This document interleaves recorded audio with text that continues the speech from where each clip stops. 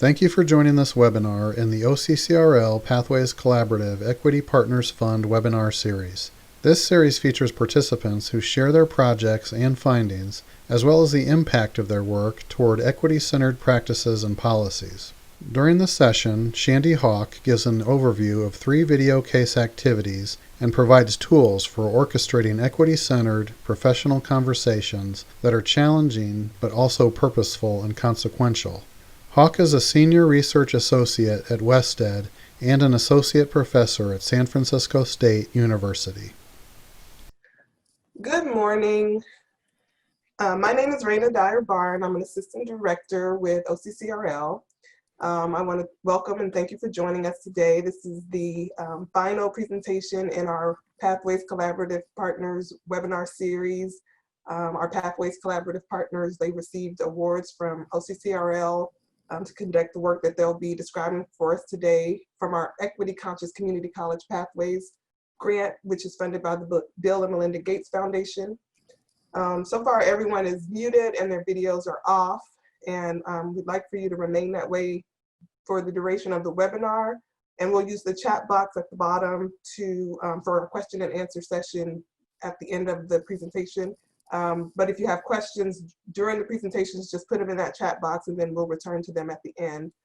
And so with that, I'll just go ahead and turn it over to today's presenters from Wested Carnegie Math Pathways to introduce herself and tell us about the project.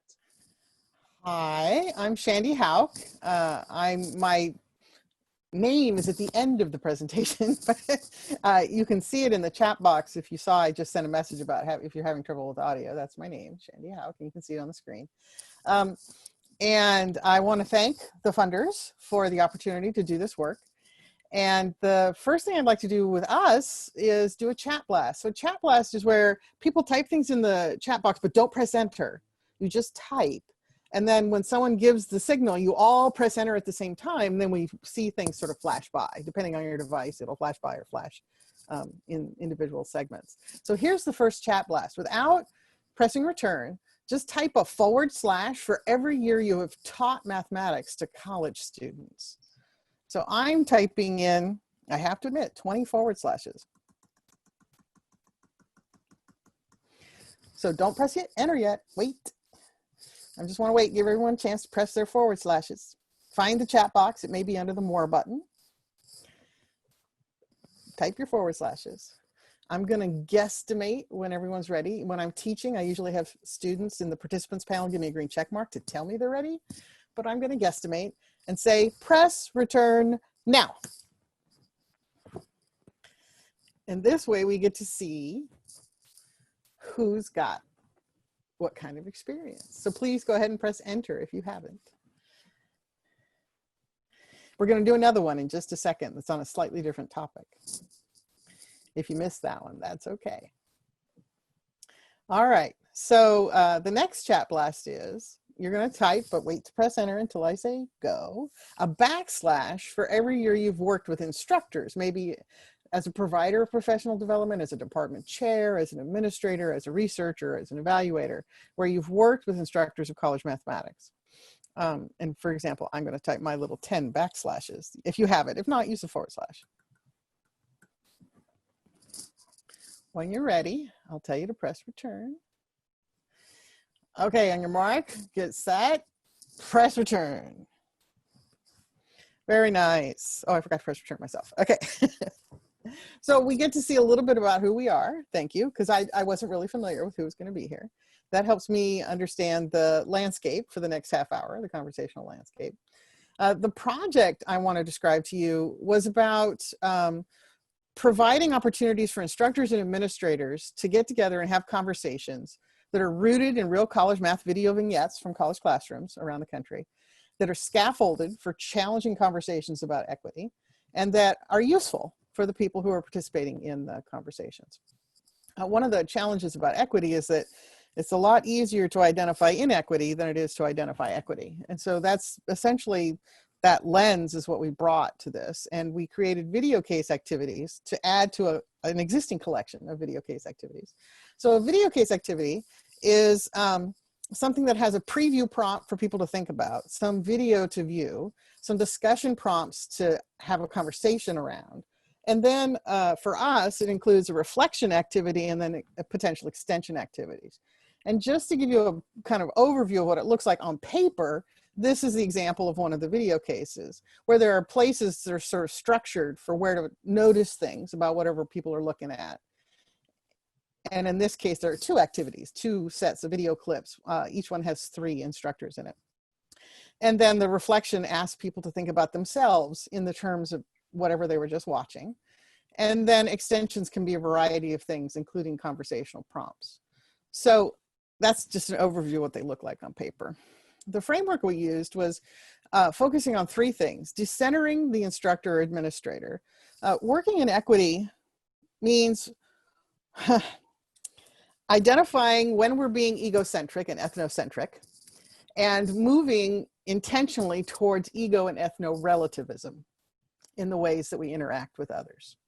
And so decentering the instructor as the center of everything, it was part of the purposeful plan in our case development. And as I mentioned before, we wanted to provide scaffolds for challenging conversations, and I'll get to that in the next slide. And we wanted to give people practice with acknowledging things that are inequitable, hearing the truth of others about inequity, and identifying actions, and then holding themselves accountable for taking the actions and finding out how well those actions are working towards meeting whatever their acknowledged goals are.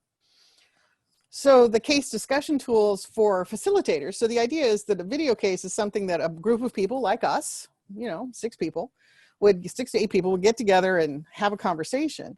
And someone would facilitate that conversation. And so there's a little short guide for facilitating the conversation that includes 2 case discussion tools. And one of those discussion tools is that the people in the room make these 4 agreements: that they're going to stay engaged, they're expecting to experience discomfort, they're going to speak their own truth, and they're going to expect and accept a lack of closure, because we are not going to right all wrongs in one 1-hour meeting. And so the goal is, let's open up the door and see what's going on. And then another tool that we developed actually during this project was a personal self-awareness tool that I'm going to show you on the next slide. It's a Venn diagram, appeals to the math crowd. So here's the Venn diagram. This is a diagram about my personal experience of a conversation. It's not about what the room is or what the collective experience is. It's about me. So just because I'm trying to decenter doesn't mean I don't have a center. It just means I'm trying to acknowledge that there are others outside of me. And so I can find myself on this diagram at any given moment, and I can move around in the diagram during a conversation. So we found this to be a very useful tool, especially if people have been working together as a group, maybe a professional learning community, to have these difficult discussions. And we actually have them printed out on paper when we're physically in a room together, or we share a screen when we're online, and we put a dot where we feel we are at check-in moments during the conversation, so that this is a way of me communicating my truth to others by just putting my dot. And it's a way that has turned out to be fairly useful in the community college teaching populations with which I work. So moving into the cases, there were 3 that we developed or redeveloped for this project. One was called First Impressions Last, one was Whose Math Is It, and one is called Making the Grade. And I'm going to go over each of those briefly. For Whose Math Is It, I'm going to give you a little clip of the video, and for Making the Grade, we're actually going to see a big chunk, one of the 2 chunks of video that are in the clip, in the case, and talk about it. So First Impressions Last, the case purpose is to notice and build awareness of instructional intentions and learner perceptions on the first day of class. So in the Carnegie Math Pathways approach to instruction, this is the Carnegie Math Pathways is coming out of Wested, was Carnegie and is now Carnegie and Wested, for community college mathematics, quantways and statways. There's an aspect of instruction developed by Ann Edwards and others called starting strong. And this First Impressions Last goes with the starting strong intention and gets instructors to think from the student point of view. That is, they're decentering by taking the perspective of students and looking at several videos, 6 different video clips from 6 different instructors. As a student, saying, how is my thinking or our thinking of students going to be included in classroom activity? What do I think based on this first day? What are the impressions I'm getting from this first day? And how will instruction respond to us and help the people in the room think more deeply? And the technique we used is called alternate lens. We ask people to take this student lens and look at things and say, what does each introduction of this instructor of themselves explicitly tell students about the instructor? Like someone might say, I'm from the South, or I graduated from Alabama State with my master's degree. What does it implicitly convey? We have a clip in there that's been very interesting. It's a relatively young white guy who says, whose video clip is actually of him as a graduate student. So we went into his classroom while he was in a graduate program. And he says, and I'm here as a graduate student, and my name is Joe Champion, which is his name. And one of the students, a young white man in the class says, was that really your name? And Joe says, yeah, that's my name, but I haven't always been a champion. And people in the room laugh. Some of the people in the room laugh. But the feedback we've gotten from actual students about what that experience suggested to them the class implicitly was going to be like, was that the instructor was there to get a degree. The instructor wasn't there to teach them, because he focused on why he was at the college, not why he was in that room with them as a teacher. And several students were disappointed and sort of offended by the fact that he wasted their time having this joking conversation, and that clearly he was going to pay attention to what the young white men in the room said and was going to ignore the fact that people were there to learn. So the fact that that was actual student impression sparked some interesting conversations with instructors who would never, many of them say, I never thought that that would happen, because they already share the values of Joe Champion. And so it's pushing them into that not comfortable, not safe space when they start noticing things like that. And when they get pushed by these additional comments from other people about what the perceptions are. Whose math is it?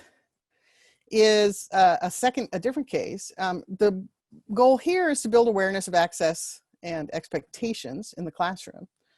And it's also a student point of view, but the technique and the goals are to look at what meaningful participation looks like. And can I hide or be ignored? How am I kept engaged? And the technique we used here was deconstruction. So I'm going to show you one of the instructors in this. We do audio only, then video only, then combined. And there are 4 different clips and images in this video case, but we're going to look at Eric. And just as a reminder, I'm going to put in the chat box the 2 questions that people are asked to think about as they look at the video. And let me bring up Eric's video.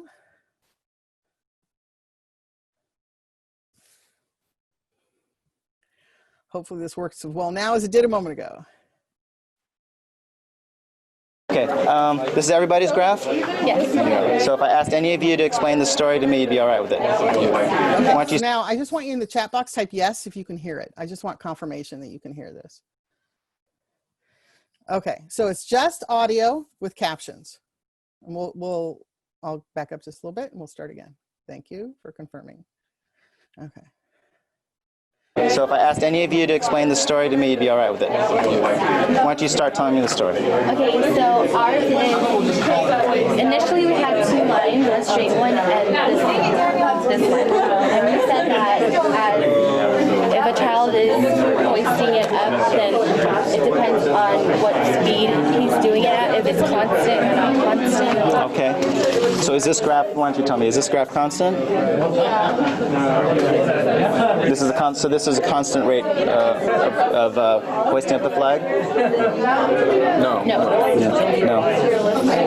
We're saying that he got tired. Actually, like the child will tire out, because if it's an infinitely tall flagpole, the kid isn't going to have it. It's a really Okay, why don't I come back in a minute and I'll ask you to make sure you agree with that. I mean, it's okay to disagree, you can convince them something else. When you're done convincing each other, start on this, please. Okay, so first they hear and see that, and they're asked, how do I get to participate in math learning in meaningful ways? Can I hide or be ignored? In what ways am I kept engaged? And they're asked to think about that and write some notes.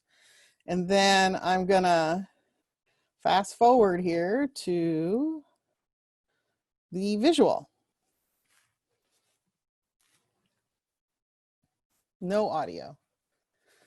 And they're asked to pay attention to who's looking where and the gestures.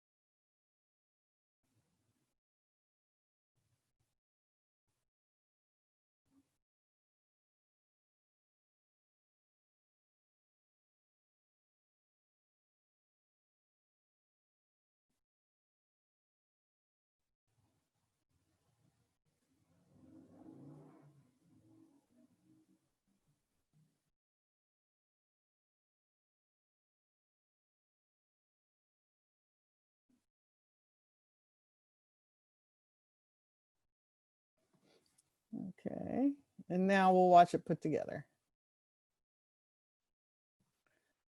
Okay, this is everybody's graph? Yes. So if I asked any of you to explain the story to me, you'd be all right with it. Why don't you start telling me the story? Okay, so ours is, initially we had two lines, a straight one and this one. And we said that if a child is hoisting it up, then it depends on what speed he's doing it at, if it's constant or not constant. Okay, so is this graph, why don't you tell me, is this graph constant? This is a so this is a constant rate of hoisting up the flag? No. No. No. We're saying that he got tired. Eventually, like the child will tire out because if it's an infinitely tall black hole, the kid isn't going to have stamina. Be able to hoist it. Okay, why don't I come back in a minute and I'll ask you to make sure you agree with that. I mean, it's okay to disagree, you can convince them something else. When you're done convincing each other, start on this, please. So that allows people to, and they have a written transcript of it, and it allows people to notice gestures, inclusion and exclusion in terms of where people are looking, and to notice that this instructor does one thing that many instructors do not do, and that is he persists and says, checks in with each of the students in the group and sees that someone hasn't really been participating in a way that he wants them to participate, and pushes onto the group the responsibility for convincing each other. And so that's one action that instructor takes that generates a lot of conversation about what equitable instruction might look like. Then the third one is making the grade. And the learning goal here is to notice and build awareness of inequities related to assessment, grades, and grading. Now, this is opening a huge can of worms to talk about this. And the driving questions are not from the learner's point of the student learner point of view, they're now from the instructor learner point of view. So that administrators, instructors, and chairs can have conversations about this. And in particular, instructors are asked, what are the purposes of assessment in my instruction? Why?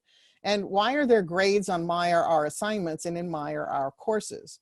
Now, many people come with very strong practices and habits, well-formed habits regarding these things that they haven't really questioned. And so one of the techniques we use in making cases is called making things strange. So we identify commonality and assumptions and then ask, why is that assumed? Why is that practice? Why is that habit a good thing? And people haven't often recently thought about why it might be a good thing and maybe begin to question its relevance or value. And so we've had a lot of conversations about this. I wanted to share a little bit more about this case. That's why I reserved this last 10 minutes to talk about it. The preview question is, if two people get the same grade in your class, what does that mean is the same about them? Many instructors actually find it quite challenging to answer this question if they're given more than a few minutes to think about it. And so we've found more success with this case online than in person, because in that safe, comfortable, brave, people have more time to make decisions. And in fact, in piloting it, we had a comment unsolicited comment from one of the pilot users saying, I now know what region M is, this blue area out here. When I reflect on what I just heard all those people say and on my own past actions, I am uncomfortable, feeling risk and not feeling brave. It was hard to decenter, to listen to their truth and recognize the urge to be me-centered, to judge and pigeonhole it away from me. And so it's this kind of awareness building that is supportive of people being more communicative in a trusting environment about ways to take action to address the inequities they see. And so there's a typed transcription of this grading discussion that you're about to watch. It's captioned. I'm going to put the link in the chat box in case you're a text-based person who would rather look at the typed transcription. I'll give you a moment to open that if you want to. And then here's the video. It's 7 minutes long, and it's a group of people in a room in a weekly seminar on college math teaching, and the topic of grades and grading came up. Let me bring up the video.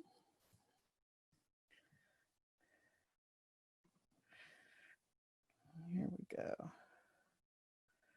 I'll stop it in a moment to make sure you can hear it, and then I'll back up. But there's some who try really hard, and they just don't get it. So can you hear that? Okay, give me a yes in the chat box if you can hear it. Okay, thanks, folks. All right, let me back up a little bit. Hard, and they just don't get it. Is that true? I don't know. That's what it looks like. I guess for the final grade, there's some that they're just barely making it. They're trying hard, it looks like. It looks like it's part of the game too, right? And they would have to be in my office at least twice a week, asking questions, and seeing that they can do it. Because I've had students where they can do well as long as I'm sitting there, but the minute they go home, they have trouble. But if they're in my office a lot, and I see that they have the potential to do it as long as I'm sitting there, and they just work hard at it, then yeah, I'd give them a C. Okay. It's just the effort of them showing up that you're more interested in. Yeah, and the will to learn. Not whether or not they've actually learned, but the will to learn. Yeah, that they're trying. Okay. And sometimes from those questions you understand what is missing from years and years back. Right. And I try to fill it in, but you can't. What happens if my will doesn't exist at 8 a.m. when class is, but it exists at 10 when you have office hours? Yeah. The kids that come into your office hours are the kids that can afford not to have a part-time job, that can afford to come into your office hours, and are comfortable with being in front of the instructor, which is intimidating sometimes, and who have had parents that have taught them those lessons already. I have 3% built into my syllabus for anybody who's there every day. I actually did use that. Oh, so you already have a mechanism for the evidence that you consider people trying. But it's built into the syllabus in a way that everybody knows it the first day of class. Gotcha. But it's in there. It's in there. Do you think that's skewing your grades at all? So I've got a quick story on it. Okay. Last semester, I had one person who was there every day. The kid had a 57% at the end of the semester. 57. 57. So he passed with a D because he was there every day. So I pretty much stick to the 70, 80, 90 because only 50% is actually on exams, is what they're based on. So you may have someone who does poorly on exams, but yet there's other areas where you just turn your assignments in, do your online homework, do assignments in class. And there's lots of other opportunities. That's why I stick more with it 70, 80, 90 in that class. It's two things. One, I don't pretend that my formula for assessing how well they've done in the class is perfect. So to me, a 59% or a 69% doesn't mean that they were exactly 1% away from it. So I think there's a lot of error in my assessment of it. So that's part of it. But then the other part of it is I think it's too easy to think some people deserve the bump in the grade and some people don't for reasons that aren't fair. So I don't do that. I've done two things. I like to take that qualitative look at the grade. So after I get the, the computed grade, I just sort of go through mentally. Did the grades work out? I think about that student in that letter grade, and I run down the list and see whether I think there's any big disconnect between what I know about the student. But then when I go ahead and do the final grades, the thing that's most important to me is that every student gets exactly the same treatment. And not because one of them is just more social, visits with me more than another student. If I'm going to do that for one student, if I decide to cut off a 67, then the cutoff is 67 across the board. It's not just for that student because they visit me a lot. So he passed with a D because he was there every day. So I guess that's the Mercy D. That was the Mercy D. But it was built into the syllabus beforehand. Because everybody in this class has an equal opportunity to receive that, and they know that it's an option. And it's not you deciding who gets it. This also gets the burden off of Nathan.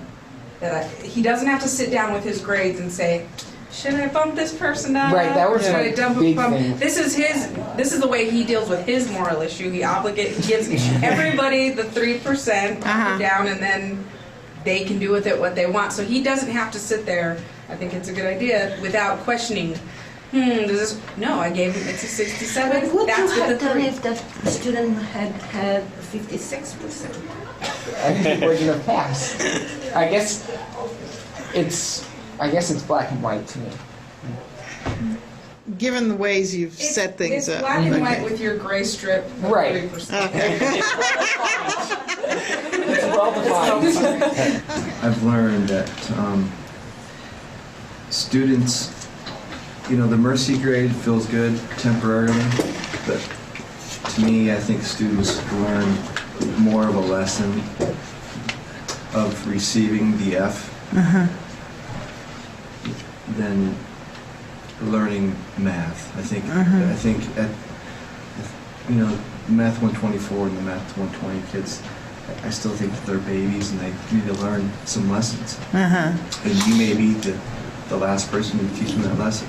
Stick by those standards. I think you're teaching kids some good lessons there, and you're not having to deal with those kind of issues of bringing in whoever has the most coats gets the most extra credit points. Who can come to your office hours the most gets the most extra credit points.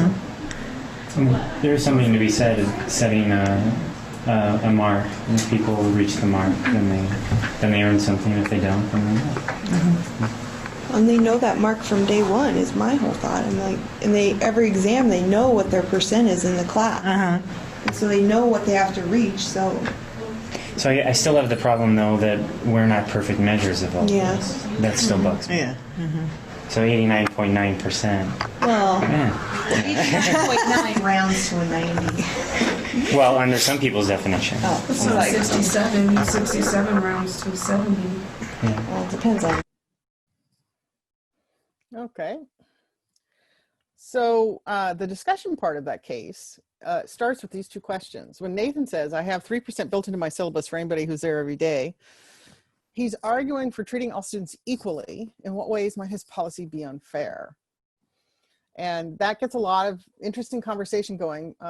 In the pilots that we've had, about half the people involved in the pilots who are very intentional about trying to improve their instruction and make it equitable, don't see that there's a difference between fairness and equality. And so this helps them tease apart how equal and fair are not the same thing. And this question about should a student who tries harder to learn material get a higher grade than someone who does not try as hard also generates a lot of conversation, because what constitutes trying hard now is a judgment on the part of the instructor. And so conversation about instruction starts happening around, well, what does try harder mean? And then that comes back to the whole question of why do we assess? What are grades for? And the second part of the activity looks at assessment in particular and different ways why we assess, and in particular the assessing for what students know and can communicate.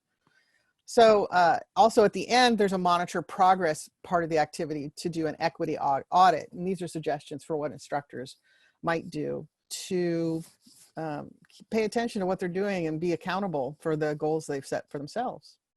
So what we think people get from cases, the research suggests they get practice noticing and building awareness. They get some metacognitive rehearsal. They get to rehearse how they might respond in a similar situation. And they get a feeling of being intentional agents in their professional environment rather than victims of circumstance. They can. We don't guarantee that. That's my presentation. Time for questions and answers. Thanks for listening.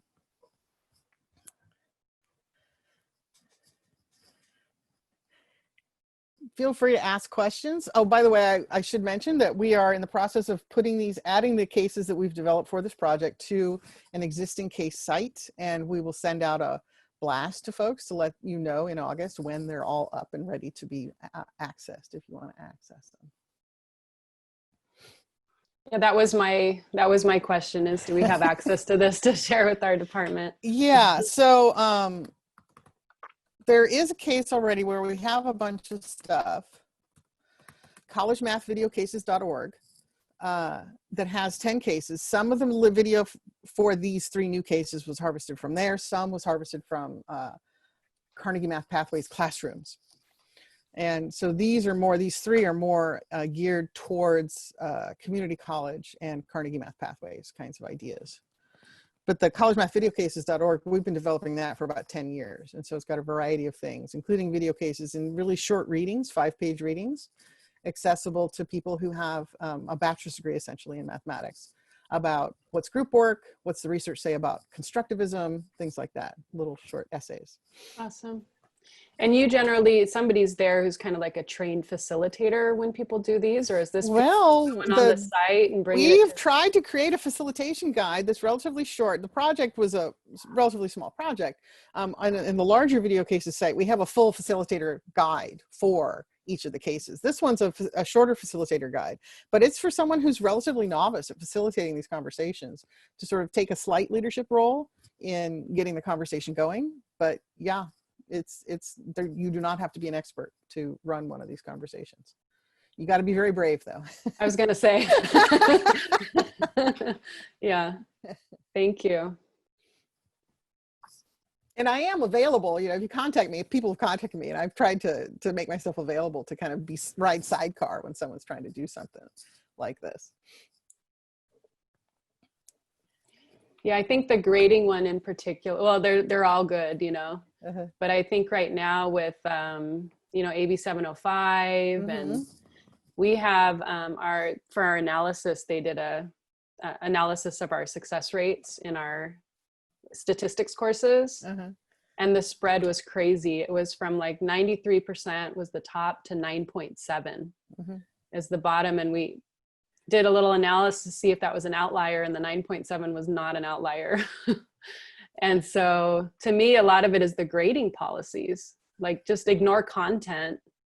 What are our grading policies? Do people allow late work? Do people allow all these things, right? Do you replace the lowest test with the final, or do you allow test credit? All those things I think could account for a lot of the variability. Yeah, and I think there are a lot of departments that are having these conversations right now about what professional learning community are we without actually ever talking to each other regarding assessment and our role. And this is a really deep question, because this is where academic integrity, academic freedom, and equity all come into the mix.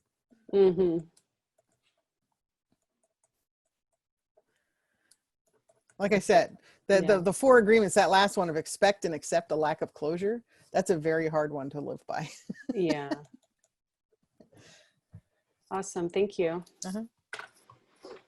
We have a question from Mary in the chat that says, how have faculty changed practices as a result of this research? So this development has had some research associated with it in terms of faculty practice changes. And the larger grades case that the clip you saw for our smaller case for this project came from has had a great deal of use over the past few years. And the main changes that have been reported to us have been 2. One, faculty now talk with their colleagues about who are teaching the same course about how they grade and what they assess.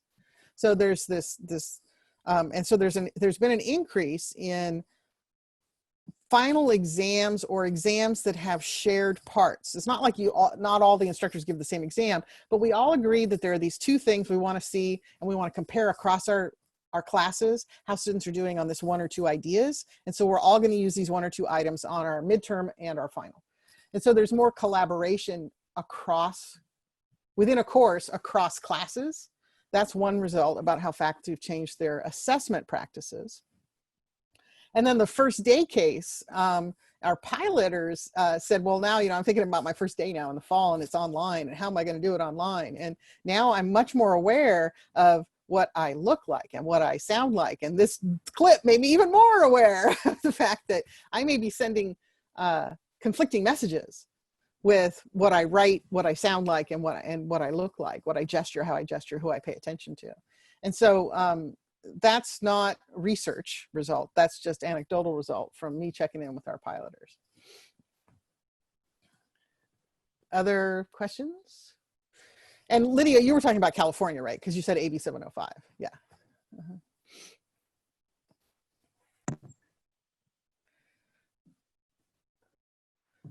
So I didn't message you at 9:30 at night about that, and specifically it was about a webinar that's happening, I think, next week or so. But anyways, the other what is on the agenda is in regards to an opportunity that MASPA is offering for colleges that are doing first generation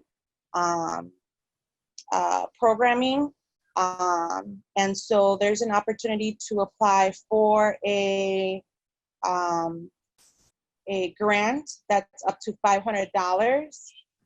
So in the agenda, I did copy paste in there the application that they have over a Google form, so people could take a look at that. Really what they want to know is what is the school intending to offer, what new programming is available, and they're really targeting 2-year institutions because a lot of the 4 years are already offering first generation college celebration programming. So again, they're targeting 2-year colleges. So that puts us, at an advantage to receive funding. And also, if the college has funding available to them, they're looking at how we might be using the funds that we have allocated to us. So like, for instance, Stacey mentioned a TAG, possible funding through TAG, and then also through the D365 committee as well too. So how are we going to use the funds?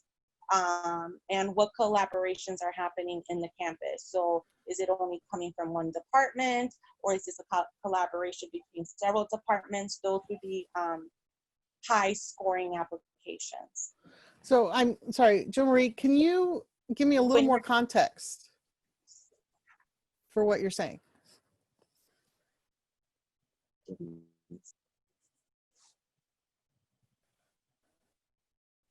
Wait, hello?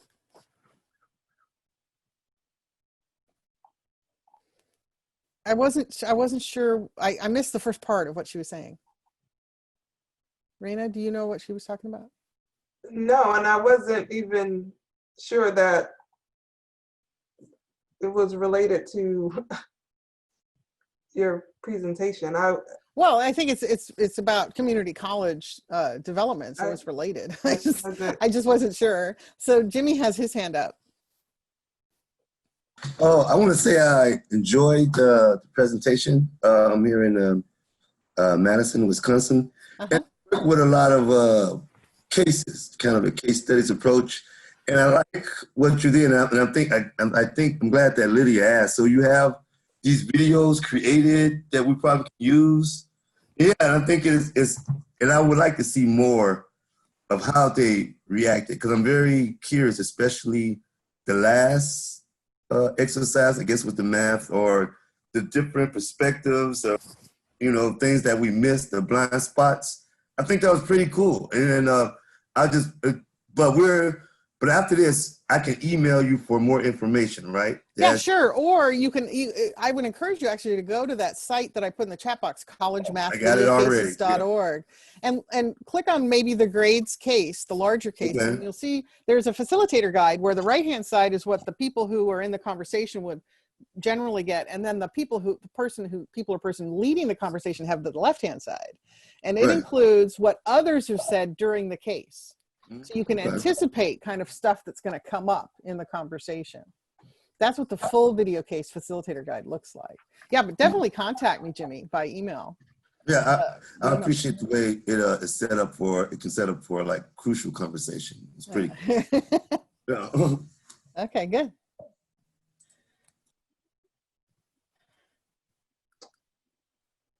Other thoughts or questions?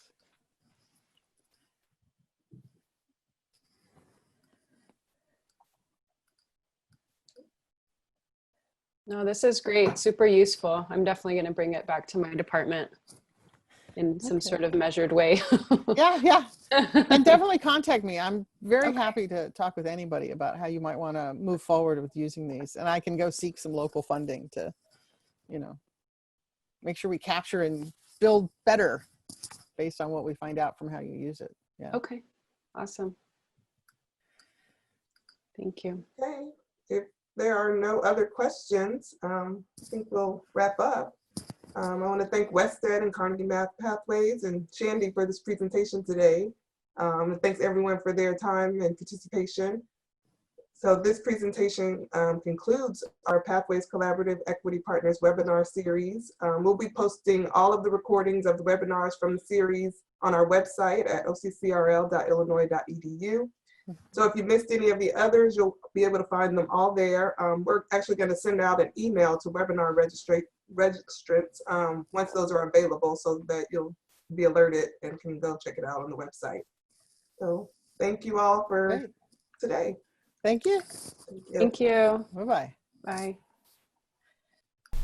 Thank you for joining this Office of Community College Research and Leadership webinar, which was made possible through funding from the Bill and Melinda Gates Foundation.